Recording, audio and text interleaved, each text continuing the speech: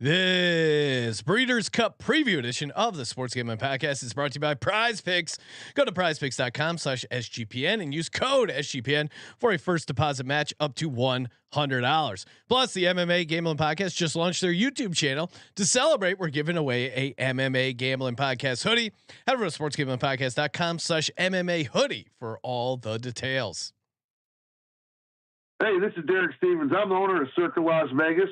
You're listening to SGPN. Let it ride.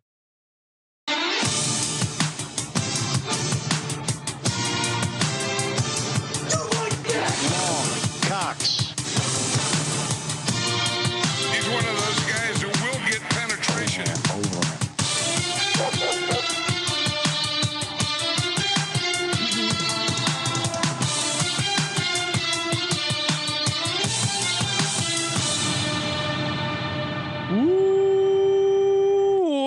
Welcome everyone to the Sports Gambling Podcast. I'm Sean, second the money green with my partner in picks, Ryan, Real Money Kramer. What's happening, Kramer? Dog. Someone in the technical team is going to suffer the same fate as Josh McDaniels. Oh, giving them the axe.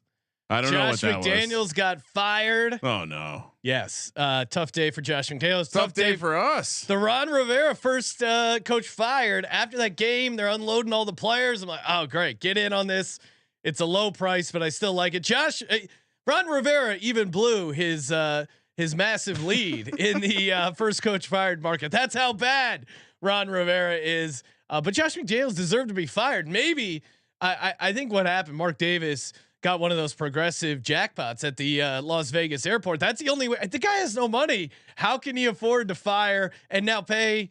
They're paying Gruden and McDaniels the same time. So apparently, and I don't have anything to, again, this is from the internet or even more specifically Reddit, but would there be insurance policies potentially for buyouts on fired coaches? Because there was some speculation that these things can often be covered with certain types of insurance policies that ownership will buy, which that's interesting to me. I would imagine they definitely do that at the college level, right? With these crazy ass buyouts, they should at least think about it. Yeah. What's the insurance against though? Catastrophic failure. Catastrophic failure with the coaching. All right, we will be, of course, talking all things NFL picks. Later tonight, 8:30 Pacific, our Week 9 NFL Pick Show, hot and ready. But before we do that, we got our Breeders' Cup preview, and before we do that, mention it hot and ready. Of course, Little Caesars pairs perfectly with the NFL, especially you get that pretzel crust pizza. Look, I even got the horse racing shades on. If you're watching over on YouTube, I mean, again. Saturday, you're going to be watching college football all day. Why not get some Little Caesars? Sunday, of course, the Lord's Day, aka the National Football League. Order online during our pizza pregame, 1 hour before and 3 hours after NFL kicks off all day Sunday. We have a Germany game. So many great reasons to load up on that pretzel crust with a delicious Little Caesars pizza, pepperoni piled high, moist, tender, juicy Little Caesars wings, the cookie dough brownie bites, which are to die for, and of course that golden brown pretzel crust that you can only find at Little Caesars. Delivery or our in-store pizza portal pickup. Grab some friends and enjoy a few slices during the game. Little Caesars pizza. Kramer, we're sharp in a lot of things, but part of having a sharp company is knowing you can turn to the experts joining us. What? I'm not the expert. Joining us, we are wearing the shades, so we got that down. Joining us here on the Sports Gambling Podcast from the Notorious OTB, the Wolf of Oaklawn himself. What's happening, Wolf? What's up, guys? Thanks for having me on. I've got crazy echo going on. I'm sorry. Hold on a second. That might be my fault. Yep. It's double firings. It's smoking my weed. Double firings on the McDaniels has been fired. McDaniels has been fired. Wolf has not been fired. He's here. He's cranking out episodes, previews, Breeders' Cup. We will be talking big picture Breeders' Cup in one thought before we get going here. How are we feeling? But I mean, it's you've had some crazy scratches. You're going to have a wide open Breeders' Cup Classic that might really generate just like a bizarro price or someone that no one's really considering. Love it. Yes, I did see last year's winner was already a scratch. One horse, unfortunately, had a medical incident. But yeah, is this related at all to the opting out in the other sports? Is the NBA culture leaking into the ultimate opt out by the horse not wanting to participate? I think what's happened is his seed's worth more if he doesn't run. I think what's happened is that now, now I mean with the unfortunately a horse passing, but people actually report it. This probably was happening before and no one was ever reporting. Okay. That's my conspiracy theory. Ryan joining us as well. You know him. You love him from not only the MLB gambling podcast, but the Premier League gambling podcast, Mr. Malcolm. What's happening, Malcolm? Hello, boys. How we doing? I'm going to have to caveat everything I say that Newcastle are actually playing as we speak. We kick off against Manchester United in 5 minutes. So it's on the telly. So if I fall off my chair, if I shout bastard, it's that's the kind of thing. So if Newcastle score, like it'd be the equivalent of if you're broadcasting and maybe the Eagles get a touchdown or the Giants nearly get into field goal range, something exciting like that. So that's nice dig on the Giants there. Sorry, little stray for Ryan. Yes, mate, I'm really good. I'm excited for horse racing. I just spoke to Chase for a little while on the Notorious OTB, and that got the juices flowing. So yeah, looking forward to it. Yes, I will say that there was a birdie that the rescheduling request was more about us making sure we could live sweat with Malcolm a little bit. Someone maybe said, "Hey, the Man U Newcastle game might be on Wednesday, so that could be a fun way to get Malcolm on camera." So Malcolm, last time I forced you on stream during a Newcastle game, I think it didn't go well for Newcastle. So hopefully we don't do that this time. Yeah, fingers crossed, mate. We'll be all right. Hey, you guys, I mean, you bought everyone now. This is great. I will say, as you suggested, I've been kind of following along with Newcastle. I can see why you want to get one of these Saudi teams, Sean. They just get all the best players. Me? No, I'm saying like if you're going to root for the EPL, yeah, you got to root for one of the teams with the money. The organization's literally like the Live money. Tour. How's that going? It's going great. I think. Well, actually, they might not end up merging. So stay tuned for what happens to golf. But we're not here talking about golf. We're talking about real sports, aka horse racing. Mm-hmm. Malcolm, before the show, you said, "Hey, I got a little addition here for Real Men of Degens." So I will cue the music and let's break it down. SGPN presents Real Men of Degens. Real Men of Degens. We salute you. Father of the bride from a wedding I was working at last week. So, as a lot of you people already know, I have a little casino business, a little events business, and I will take out my roulette table and blackjack table, and we'll go to weddings and birthday parties and corporate things. And it's all fun. We play for fun money. Someone wins a bottle of champagne. It's all good as gold. So last Sunday, I was dealing blackjack to the father of the bride. But at some point, it then became time for some of the wedding formalities. So his other daughter, in a bridesmaid dress, shouted across, "Dad, are you not coming to watch your daughter do her first dance and cut the cake?" And he shouted back, "It's okay, your mother's taking photos," and carried on playing blackjack. What a guy. Instant hero status. And I just immediately thought of you lot in that Real Men of Degens. He had no interest in watching the first dance or the cutting of the cake. He wanted to play fun blackjack with me, is what he wanted to do. It wasn't even, it's not even like for actual money. It's just. Hashtag you know what that is? That's a man who hasn't had sex with his wife in a long time. No downside to the decision. This is, yeah, I mean. He ain't losing anything. He's got nothing to lose. Yeah, because if you're in an active relationship, that's immediate shutdown. If you decide to miss out on pictures for big events. And the low key thing about being a dad and having daughters that I'm starting to learn for the first time, it really doesn't matter what you do as long as you're just decent.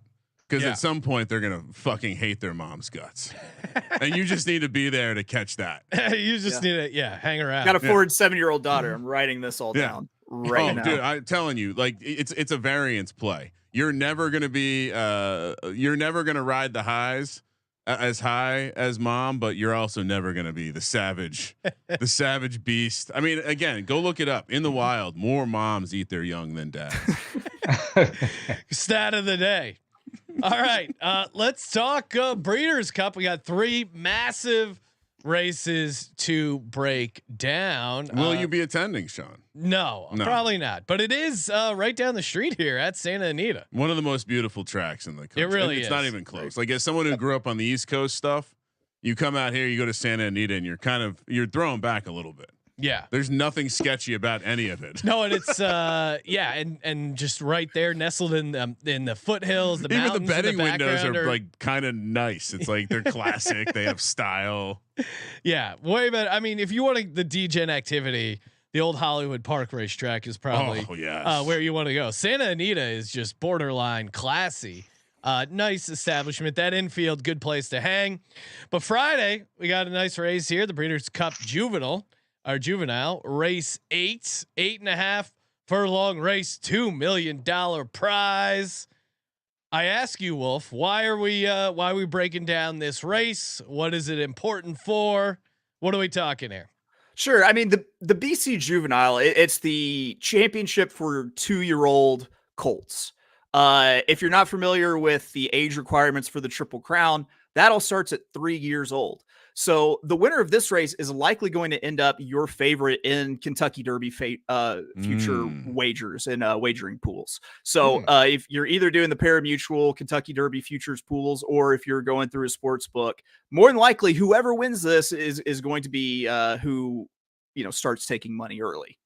So what he's saying right there is, don't, like, in the spring when you guys do that futures draft, don't hit me up then for the Kentucky Derby winner. Pay attention here. Write down who wins the race, and that will be our pick in next year in the futures draft, Sean. Now, to be fair, while they've been the favorite, these aren't necessarily the horses that have won the Kentucky Derby, though it's not unheard of that they do win. It's lately horses have come on the scene late, so maybe still hit us up in your normal. Sounds like he's back. It sounds like he's want to maintain that relationship. Doesn't want to get some AI replacing him.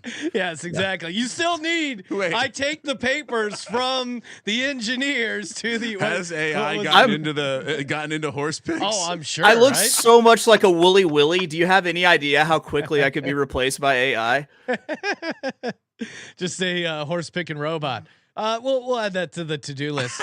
But for you analog blokes, you carbon clumps of cells. What do you like here? What's jumping out of you? What horse? We got 11 to choose from. What do we like in this Juvenile race? I keyed in on the number 6 Locked, who actually ends up being the chalk. I think that is going to be your most likely winner. The horse hasn't really done anything wrong. After a third in the debut at Saratoga, ran back to break its maiden in the next race at Saratoga, and then comes back and runs a huge race in the Breeders' Futurity at Keeneland and gets the win over the number 1 horse here, the Wine Steward. I like that the horse isn't facing winners for the first time like some of these entries are. There's an epic amount of early pace here between the Bob Baffert entries and a few other horses. Yeah, and I really like Locked's ability to sit off the pace and, as we say, rate. Just kind of sit back and stalk and rate to win this. And if you look at the horse's history, it had trouble in the gate in the first start, had trouble in the gate in the second start, really kind of learned from those and learned how to run from off the pace, which is a very much learned skill for horses. I like that. Ryan, I was looking at the notes before, and I feel every time we have these guys on, I learn a ton of stuff about horse racing, handicapping, and then immediately after the race is over, I forget everything, and I'm starting over. You got to listen to the Notorious OTB. No, it is, and it's good. And I feel like I just, my retention for horse racing knowledge and handicapping styles it's only so deep. There's that Chase is the professor and Sean has to come to class every year. One more time. Can we you show up just enough to not get dropped from the course is the best part. Exactly. These are the 4 times. This is your 4 sessions. Malcolm. Now I see a horse in here, horse number 3 in the third pole position. Wind Me Up. He's from Kentucky. He's 15 to 1. He's trained by Bob Baffert. I'm always intrigued by longer shots trained by Baffert. What do you think maybe of that horse? What's your take on this race in general? It's an interesting race, this one. There's loads of different angles. There's a bit of an East Coast v West Coast vibe. I know Chase likes his rappers, so there's something in there. You've got 3 Baffert horses, like you mentioned, Sean. You've got 3 Pletcher horses. It's quite a long trip for the 2-year-olds. And honestly, I couldn't put you off much in here. Some massive prices will win, especially with these 2-year-old races, because really, they could be anything. They absolutely haven't come into their own yet and peaked as athletes. The fact that Baffert's got 3 and Pletcher's got 3 means it could be a tactical affair, because they could run one as a pacemaker to set it up for the other ones. The horse you mentioned there, the number 3, Wind Me Up, I think this is the 3rd Baffert one, because I think his best chance is the number 10 horse, a horse called Muth. So really, Wind Me Up didn't do much for me. Muth is the Baffert horse I like, won the American Pharaoh. There's just enough negatives for me to not like that one. I like Chase's pick, that horse called Locked. You could see that horse learning as it was running last time. You could almost see the penny dropping. He was like, okay, I get you. And that's what happens with these 2-year-olds. Like, they'll at some point, so this might just happen at any one of these during the race. I've got Locked finishing 2nd, and I've got a 20-1 shot, gents. I'm going a bit fancy here early on. Number 11, horse is called Noted. Has had 4 good runs, 3 of which have been on the turf. That doesn't put me off dropping back onto the dirt here. And I think he can come from off the pace. He's drawn wide, which is no problem. So I've got the 11 Noted to beat number 6 Locked. And the other one I quite liked was a horse called Prince of Monaco, who was better than Muth, the Baffert horse, and can take a step forward. He's 3 for 3 so far. So 11, 6, and 2, but Noted over Locked would be my place here. All right. I was just sitting there thinking, like, we should just have Malcolm narrate things. Yeah. Just talk about things. I like that Malcolm's so deep he can see the horse learning. Like like really, a light bulb came penny on the horse's head. Did it drop the penny or pick the penny up? I forgot. Yeah, I don't know. The light bulb. We need an animation with like a light bulb above a horse's head turning on when he figures out how to run the track. That is someone in the graphics department work up that horse light graphic animation. Kramer, I'm kind of torn. It seems like there is some consensus here between our experts on Locked. I have a nugget. I know you didn't tout me as an expert, but when I was a young person, a young lad, as Malcolm might say, in New Jersey. Nice. One thing I did learn when you're looking through the book, if you see that a trainer is running 3 horses in the same race. Yes. You find the one with the longest odds. That's the one that's the rabbit. That's the one that they put in there to get the other horses to run. What do you call him? A pacemaker? Rabbit. Yeah. Yeah. That's the guy. That's the horse. That's Fugazi. That was always that was one of like the tricks to look at it. So I would imagine. I mean, do guys how common is? I mean, the breeders. It's like these elite fucking trainers. So I'm sure this happens more frequently. But I'd imagine that the trainers don't think all 3 of the horses have a chance to win, right? That's true. And typically whenever it's not a stakes race, they would couple the entries where you'll see like a 1 and 1A, and they're considered one betting entity. Well, you don't have that in stakes races. So same ownership groups can run these as uncoupled entries in their own betting betting entities, and you can guarantee that there's some sort of team tactics taking place. It's one of those like unsaid things. There's a horse that was kicked out of Belmont Day a couple of years ago whenever he like uttered in front of a steward that he was just a rabbit in the race. And so they're like, you can't, we knew it, but you can't say it. So you're out. That's like baseball rules. In terms of the longer price isn't always necessarily the rabbit. You'll find Bob Baffert wins with his other horses a lot. It's an angle called the other Bob, or in this case, his longest price, the 3 Wind Me Up, I mean, is the other Bob. You could really, really go deep dive there. No snorkeling on that. All right. This is one of these things, right? If you go to the track a lot, if you stand at the paddock, and I love stuff like this, when the jockeys come out of the weighing room into the paddock, you can often see which one they like, because they're the one that the trainer's talking to. That all the connects, there's a little buzz around. Now, if you're sitting watching the telly, or you're just sitting on your laptop, just mindlessly gambling, God forbid, you wouldn't get that information. But if you're standing leaning on the rail, you can see stuff. Me and my mates used to have a great angle on trainers having a winner on their birthdays.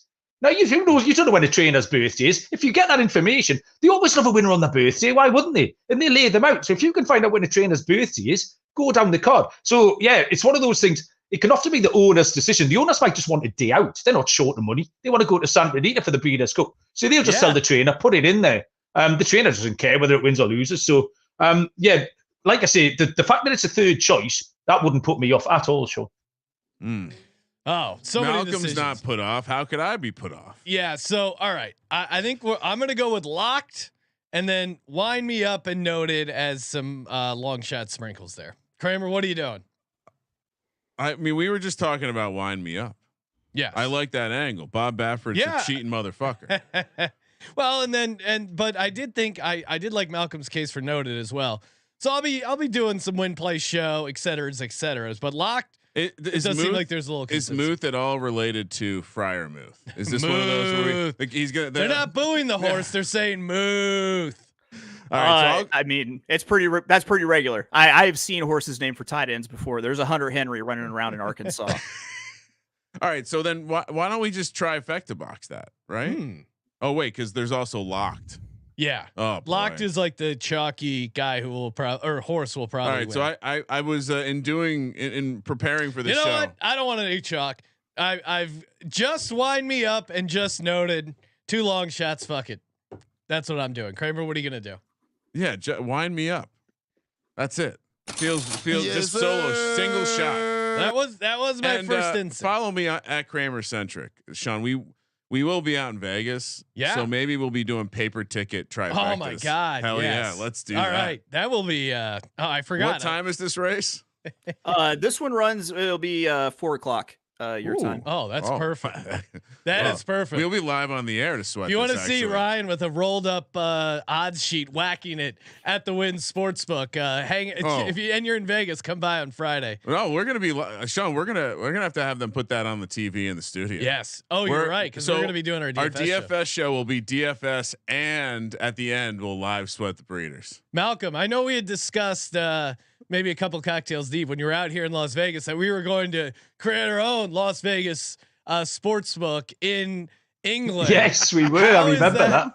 How is that? It's a great idea. I think I said let's do it with absolutely no follow up or actual plan. But how is that looking? How's that business going? Mate, all I'm waiting on is for you to transfer the funds, and we're ready to go. Okay. Everything's set up. Yeah, absolutely. I'll tell you what might pay for it: the NFL slot machine. That's my favorite part of your Vegas weekend is the NFL slot machine. I can't wait on a Monday morning to see what's going on there. Oh, it is. It's incredible. It's electric. See, Sean, we got to start saving the slot machine update for the Wednesday pick show. Okay. I think it's because it's growing large enough. It's like the Little Caesar reads. We got to give it prime time recap. And I normally when I tell my wife how much I won, and I never tell her any losses. I just share wins. Yeah, so only win. Her thought is like I'm undefeated in gambling. But I started out with like I won 1,000, then I won 500, then I won another 400. And by now it's almost old hat. Yeah. Me cleaning out the NFL slot. God help you the first time you don't win. I know. Well, she'll never hear of it. Oh man, yeah. Don't worry, I'll post a video if you want to follow in real time. It is super funny because Ryan will play the machine next to me as the Giants and just get cleaned out while I just keep hitting these progressive and the NFL theme music comes on. It's it's so electric. I've never really liked slot machines, but goddamn if I don't love Sean wants NFL to play the slot machine. Like he's gonna be pissed. He's not going to have time to play before the show this week. Yeah, no time before the show. All right, moving over to Saturday, we got the Breeders' Cup Turf Race, aka Race 8, 1.5 miles on the beautiful Santa Anita Hillside Turf Course. $4 million up for grabs. Chase, why are we going to be watching this on Saturday? While explaining to Colby, we got to take one of the 9 screens we have and put it on horses. What am I telling Colby? Why are we doing this? Oh, you two gentlemen and Colby especially strike me as people who love America, patriotism, bordering on xenophobia. I'm talking about a chance to cheer for America here because this turf race, the rest of the world races on turf. It's not necessarily what we do. We're the underdogs here on the home turf at Santa Anita, trying to beat these European horses. So use it as an excuse to go America all over everybody's asses. You know what? This is the kind of thing like Colby could get interested in. He's like, well, wait a second, it's a turf race, the ultimate underdog. Is it older and better? Not in the dome, and no one is wearing a helmet. Like get Colby involved. They've been running on turf longer than dirt. That could interest Colby. Now, Malcolm, when handicapping this race, do you lean towards the European horses? Do you like some American horses here? What's your handle on this race? I mean, you have to go with the Europeans at this point.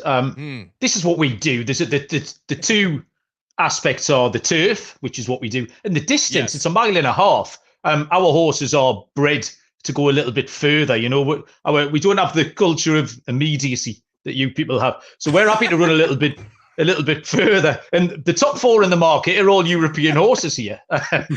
So you've got, and some of them have got outstanding form. The favourite's August Rodin, who won the Epsom Derby, which is our big, our Kentucky Derby equivalent. The horse also won the Irish Derby.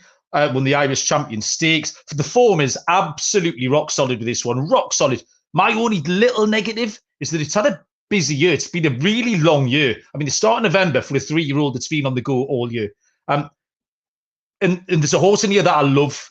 If there's one horse that you need to take from my ramblings on this show, the horse is called Mostadaf, and it's the other. I think it's joint favourite, 3-1, trained by John and Thady Gosden, ridden by Jim Crowley.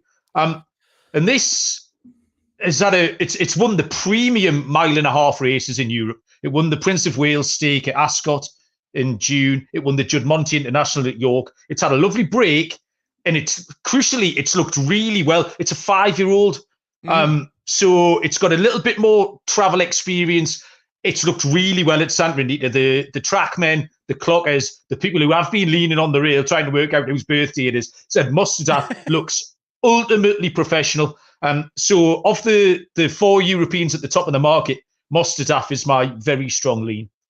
Now, Malcolm, when you said traveling, are you talking about taking the horse from Ireland and bringing it out to America, or are you talking about traveling like distance in the race? The horse is well traveled, and it's been around the UAE, and obviously, okay. Yeah. I mean, it travels well. It's like you say, it's a 1.5 mile horse. It's got a lot of stamina. But yeah, the answer to your question would be both, Sean. If you were, if that's okay. No, yeah, because I was traveling. I was in my head. I was imagining going course to course. It's not shaken up by not racing in Ireland. I just didn't know if there was something as far as like going up and down distance wise that it does very well. Very tempting. I do have a soft spot for Irish things. And all of these horses race left-handed or whatever they call it in their native country. No, absolutely not. There are no rules over there, Kramer. I remember, Ryan, you Sean will have forgotten this, but you explained this to me better than I could when you said it's the NASCAR versus Formula One. Do you remember that analogy? Well, and I hope I was giving the American side Formula One. Absolutely not. No. So these horses for us will go left, right, up, down, figures of 8, you name it. If there's a bit of grass, we'll run a horse around it, no problem. Figures of 8. I like that. We have Do they really have figure 8 races? Absolutely, yeah. Oh, wow. Absolutely. It's pretty fun. Well, Sean, what are we doing over here? I know, so boring. Do they run into each other? There's a track up the road from me called Hamilton, which is quite a nice track. And it's got a loop. So the horses start in front of at the finish line, and they go that way up the finishing straight, get to the top, run round a little loop like a lollipop, and come back down. I mean, what's not to like about it? Yeah, that sounds awesome. It's great. Yeah. It's like Demolition Derby. Right. That sounded like NASCAR. We got to take a road trip. Just fly over to London, hang out with Malcolm, go to a soccer see some game, local tracks, and go watch some horses. I'm in. All right, Chase, what about you? What are we doing? I see a bunch of Irish horses. I see one that Ryan might like, Get Smoking. Woo, it's smoking my Kentucky, some of that Kentucky grass, Get Smoking's on. But what's your handle? What do you like here? Start out with like a favorite you enjoy. So my top pick is actually going to be a 5-1 shot, and I'm going America all over everybody's asses with Todd Pletcher again. Yes. With the 8 up to the mark. This horse makes a really formidable middle move, which means if you talk about the first call, the second call where they track the times, the horse is going to start moving through that second call before they hit the stretch. So it really kind of starts to ramp up and gets in position to win at the top of the stretch, not relying on a deep close, which I think is going to be good in the turf, in Santa Anita's firmer turf. This one also is, stretching out a little bit, but I think it's got the distance and the pedigree to be able to handle this. And I know we went to this with Arcangelo, but on thoroughgraphs, this horse is one of the fastest in the race. And also with some of the traditional speed figures, it's also one of the fastest in the race. It gets Irad Ortiz up, which if you weren't paying attention, which I have a feeling a lot of people who are listening right now probably weren't, is creeping up in the Breeders' Cup all-time win standings. He's a very young guy.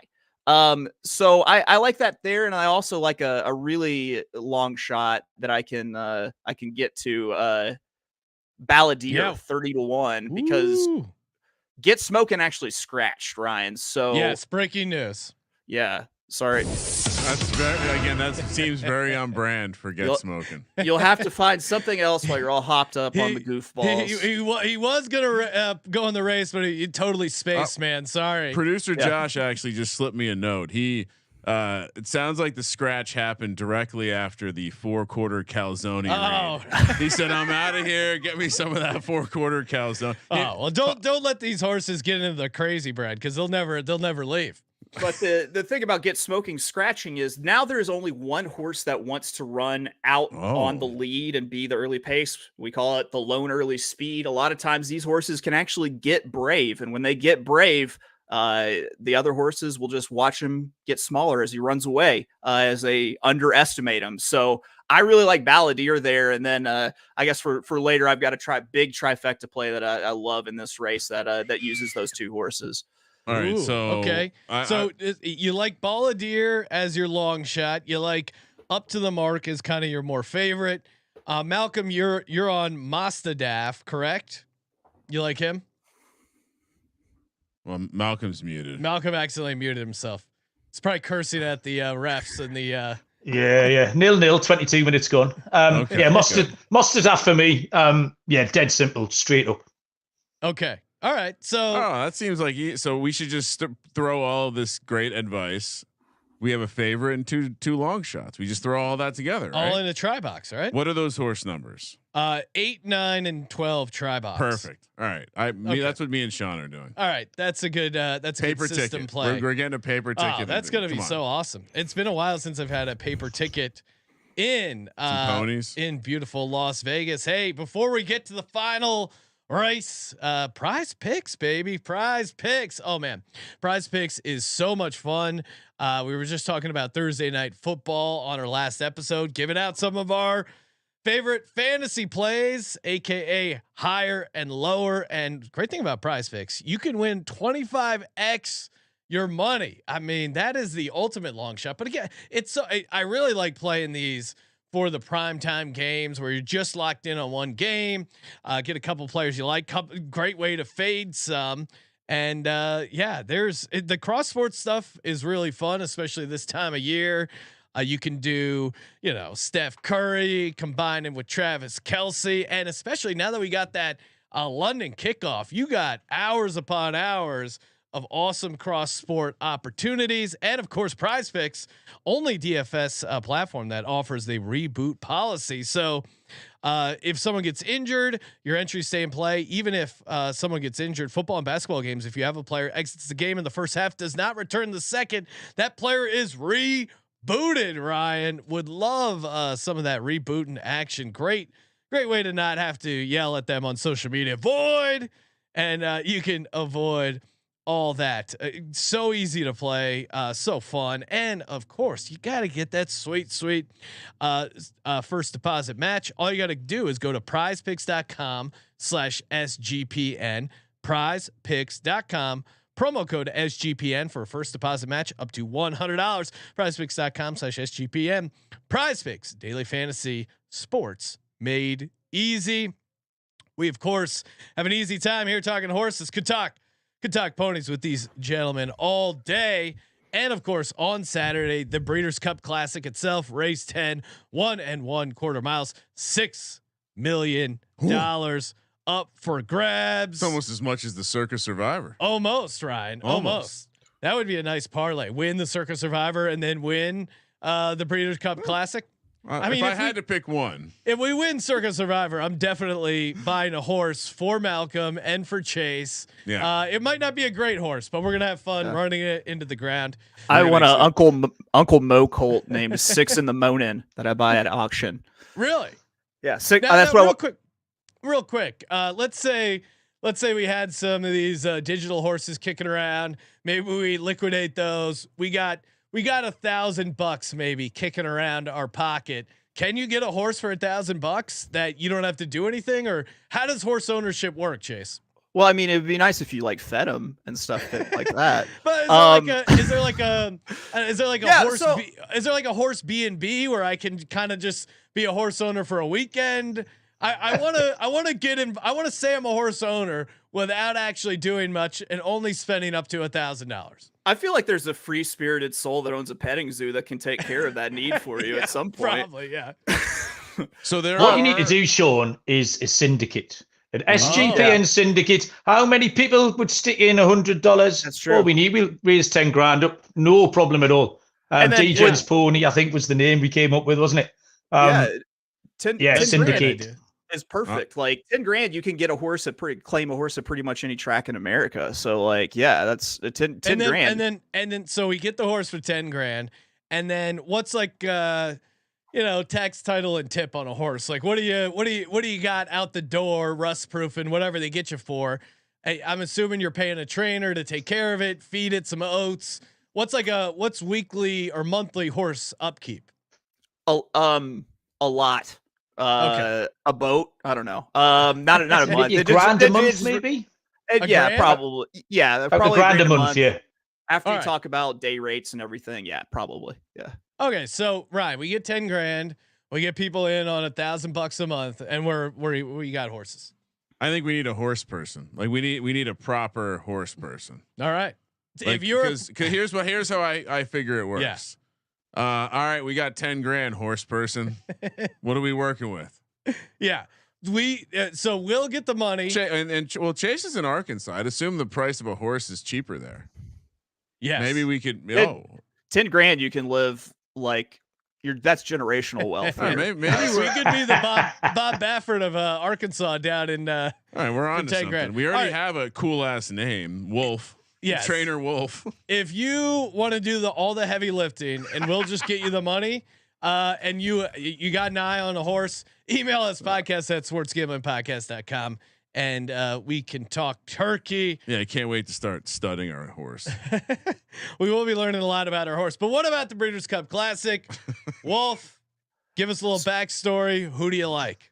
So the backstory of this Breeders' Cup Classic is absolute friggin' turmoil, kind of like what just happened in the box in the Newcastle game. It looks like. Oh, there we go. Get in. Sorry, 1-0. Nice. The horses that were probably your two favorites. One scratched way in advance with Forte, who we hit last year in the Breeders' Cup Juvenile. And then the horse that we hit in the Belmont, Arcangelo, announced that he's out. Now, you mentioned it's kind of like opting out in college football, but this would be like if Caleb Williams opted out of the Cotton Bowl to start a career in porn. Like that's now we can blame Caleb Williams all we want, but I can't blame these guys. I actually think that I'm not sure if I want this to happen so much, and that's why I keep doing this or what the deal is. But I think our new Japanese horse racing overlords get their first Breeders' Cup winner, and they do it with the 8 Ushba Tusoro, who had a incredible win in the Dubai World Cup, ran by a horse named Algiers in the stretch at the Dubai World Cup, who was entered in the Breeders' Cup Mile, just recently scratched out, but ran by that horse like it was standing still from the back of the pack. This horse can definitely handle the distance. It looks great. Like, just the amount of energy that it had in the gallop out from that race made it pretty formidable, but that's also why you're getting 5-1. This might get a little bit slimmer since you have Arcangelo and horses like Forte in there. Go Rocket Ride, another one that was going to be big talk. Actually, RIP Go Rocket Ride passed away today. Yeah, I like this one's ability to pass. If the track at Santa Anita is going to allow horses to run from off the pace, which sometimes track bias won't let them do it, Ushba Tesoro has a phenomenal chance to win this race. What makes him not be able to do it? Like what? It's a deeper track surface can make it more tiring. If it's a little bit thinner and it's a little bit firmer, that really makes the early speed carry a little bit more. There's all sorts of different little conditions. There are things like the wind. It's like running on sand. Yeah. All right. Santa Anita is a deep track, huh? Can be at the rail. Yeah, Can be sometimes at the rail. These are things we have to know as horsemen. Yes. So. Future horse owners and operators. Centaurs. I would like to go for a jog on the rail myself. See what it's like as a horseman. Malcolm, seems like your Newcastle, your footy just scored up 1-0. I've got my breath back. Sorry. Feeling Nice pretty work. good. What do you like? Is there a favorite jumping out? You think any long shots are live here? Yeah, a bit of both. We've got a team right. I'm absolutely with Chase on Ushpak Tesoro. This horse won the Dubai World Cup. It was visually really impressive. It was a really long, withering run. And talking about track bias, that course in Meydan out in Dubai isn't normally handy for closers. But Ushpa Tesoro, it looked like it had grown a fifth leg the way it came down the outside. Like it had an extra 20% advantage. It's got an extra leg. And you can't find fault with this horse at all. It was drawn down the outside. It won its prep race doing cartwheels, smiling at the camera as it went past. So no issues with that at all. I need to get Chase's opinion on White or Borio because it's really easy to be seduced by that horse. It won really well last time, but it's a great big, like pristine white animal. And like it's the one your mom will back. It's the one your wife will back because it's lovely and white. But it's really impressive. It was good last time, so I need to get Chase's example on that. And there's another one in here, a 33-1 shot that I like, the horse called Dreamline, which is a Todd Pletcher horse. Irad Ortiz finished second to Saudi Crown last time out, but it can improve. This horse has got a little bit of improvement in it. So the winner for me is the Japanese horse. But if you're looking for a bit of a win show place or a each way bet, if you're in the UK, Dreamline at 33-1, I think is very live. Yeah, Dreamlike. That's a fun long shot. Do you have any long shots here you like, Chase? Yeah, absolutely. I mentioned that I do like Ushba Tesoro as a closer because I do think that there's going to be a ton of pace in this race early to open it up for a closer. There's another one because sometimes you just have to throw a run style at the problem. And it's the number 9, Senor Buscador at 30-1. Senor Buscador is just aging like fine wine. Like this is, I believe, his 5-year-old campaign, and his speed figures, everything else have just hit new tops. Another one that we were able to hit on a couple of long shots in the spring, where the thoroughgraphs, even though the thoroughgraphs are competitive, the price on the horse is still incredibly high. So I really like Senor Buscador. I'll be using both Ushba Tesoro and Senor Buscador on top in an exacta. I'll be win betting both.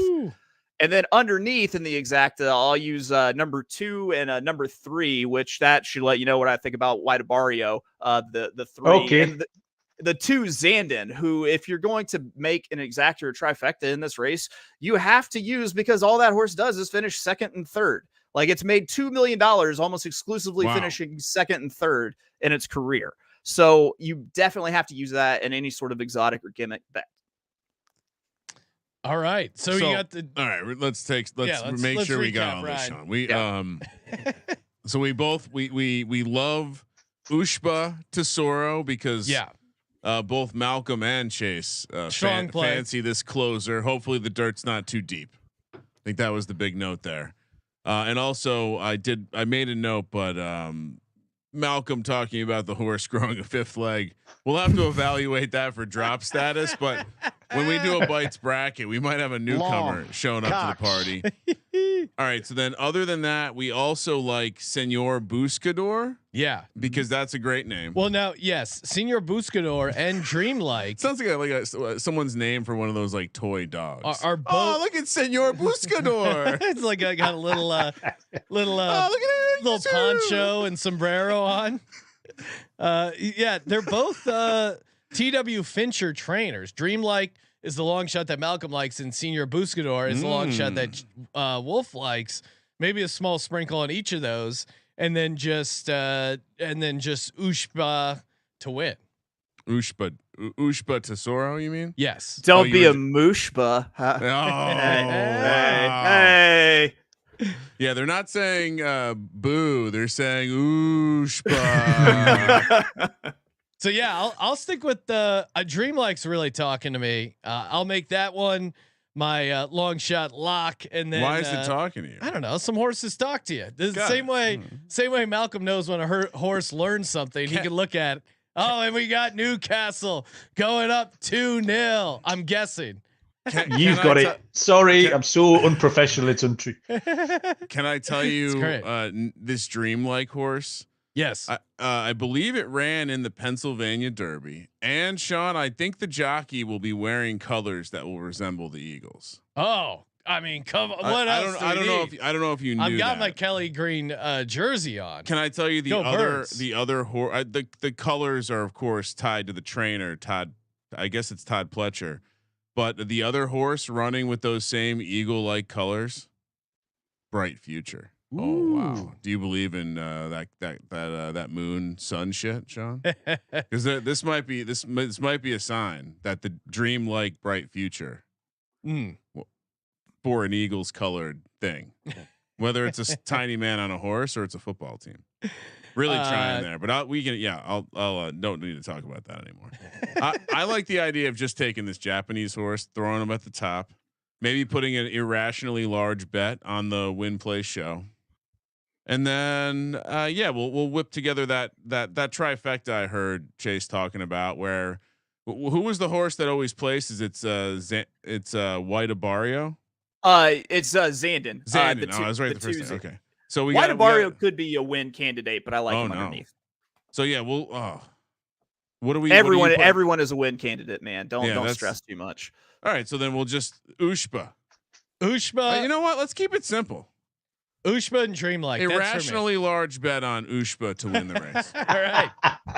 Yes, correct. I'm not keeping track of all this shit. No. And again, I'll tweet out all the stupid shit I bet on Saturday. Yeah. We'll be in Vegas putting up paper tickets on display. Oh, it's going to be a grand own time. Might have to. Jake Paquin, merch god himself. And also, if you are I don't know if you would call it graphic designer or artist, we're looking for help for coming up with unique t-shirt designs. If you're in that, if you got that artist chip on you, you have to be an artist. Hit us up, podcast@sportsgamblingpodcast.com. Jake wants to know, are you allowed to bet on your own horse? This will determine if I'm chipping in on this horse. 100% you right? are. Oh hell yeah. Yeah, absolutely. I think you can be basically anybody but the jockey and bet on your horse. Who do you think made the rules for this shit? The guys who own the horses? Yeah. Not people with not a lot of foresight, quite honestly. You think they're gonna take that sweet sweat away from themselves? Hell no. No way. No way. All right. So, and then I also saw, Chase, you had a DGen bet down that you wanted to get to. What do you got there? Yeah, they offer these really cool gimmick bets during Breeders' Cup weekend that either span from like Friday to Saturday or a couple of different races that aren't in sequence like a normal daily double. They have a daily double for the Breeders' Cup Distaff, which is like the filly and mare championship, and the Classic, which is for the boys. I've got two horses that I really like because I think they're going to use some of those team tactics that Kramer brought up earlier, because they're both owned by Seth Klarovic. They're both trained by Chad Brown. They're going to have matching silks with these big red Ks on them that whenever you put Jose Ortiz on one horse and his brother on the other horse, they're much like the Raptors in Jurassic Park. Like while you're looking at one, the other one jumps out of an electrical closet and plunders your bankroll. I'm going to use those two horses randomized in search results in the Distaff Classic double in the Distaff. And then in the Classic, I'll be singled into Ushpa Tesoro. And so you're tying these, you're essentially parlaying these results. You're taking the 6 and 8 in the first race with the 8 in the second race. So I'm betting them as a daily double, which it doesn't necessarily work as a parlay because it's going to work by how many people have bet the combination that wins. But I mean, one thing that you can always do is if it pays more to mechanical parlay, if you think the price is going to be better on the horse in the second race, if you just did a mechanical win bet parlay, that's always the thing that you have to kind of be tossing back and forth betting those doubles. Well, and just in general, that's, I mean, the whole, everything with this is pool based. So even like you won't really know. Your trifecta isn't a parlay of the odds of the three things. It's a pool of how many people bet into the trifecta, et cetera, et cetera. But yeah, no, that's it. So the parlays, I'm assuming this is not something you're going to find at the track. This is like what the sports books are offering in like futures markets type right. stuff. Or you're just doing it yourself, And I want to say Santa Anita used to offer, a couple tracks used to offer like $2 show parlay bets where you could pick out, a horse to show in like 5 or 6 different races. I'm not quite certain on how that works, but some people have kind of messed with it a little bit in terms don't of overthink how it. they do it. If you want to parlay it, just do it with the daily double. Yeah. Or if you want to get crazy, see what the pick 3, pick 4, pick 5, whatever we're sometimes. Here's my rule on those. If I'm there for the start of the day, I'm always entering those. Matthew in the YouTube chat saying Ushba is like a 12-point dog on a Sunday. Oh. Let's go. Oh, you immediately sold Kramer on that. Is that one. good or bad? It's good because it's 4-1 and it's going to happen. Got it. Malcolm, any other parting thoughts here for the Breeders' Cup? Yeah, I've got a couple. They're not very fancy prices, but I looked at all the European, particularly the UK horses coming across for the OTB. So on Friday, the Juvenile Fillies Turf, there's a horse called Carla's Way, which I like. It's 7-2. In the Breeders' Cup Mile, there's a horse called Morge, 4-1, and in the Breeders' Cup Turf Sprint, another 4-1 shot, is a horse called Bradsell. So they would be my 3 UK runners to watch on top of the ones that I've put out already. Say those again to make sure Josh got that.